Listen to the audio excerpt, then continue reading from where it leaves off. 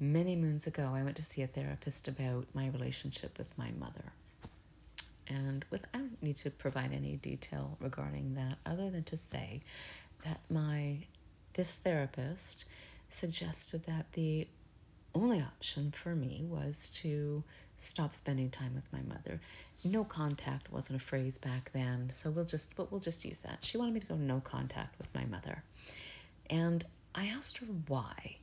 And her explanation just was, if it's not serving you, if it's creating stress in your life, if it's toxicity in your life, then you should walk away from it. And I asked her, I said, and this was in conversation because I didn't want it to seem obvious. I said, when a couple comes to see you for marriage counseling, what is your general view on that?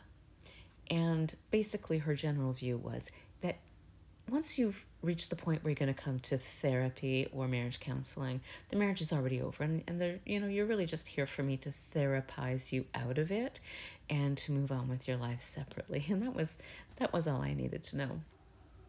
So I left there and I went and found myself a therapist who was going to help me learn the skills that I needed to manage my particular relationship with my mother, with my situation, and be able to keep her in my life so that I could keep all of the family together in everybody's life.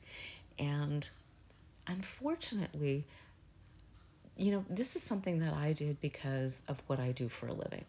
And that benefited me. And there are not enough people out there, especially young people. They go to see a therapist and they're completely vulnerable. They're completely malleable to the therapist. And unfortunately, some of these younger generations have learned that the path of least resistance is the best path for them. And so no contact, it isn't a trend. I don't believe it's a trend. And I don't believe that therapists are just out there looking for people to encourage to go no contact.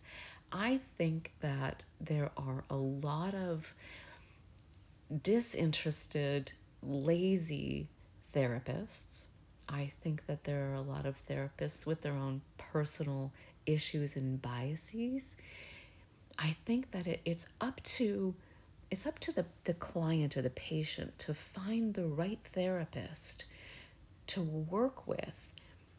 Their job is to teach you. Their job is to give you skills and tools, not permissions to cut bait and run. I don't know. It just didn't sit well with me. So maybe people want to think about that when they're going into therapy for these issues, both of them, whether it's with parent or with partner.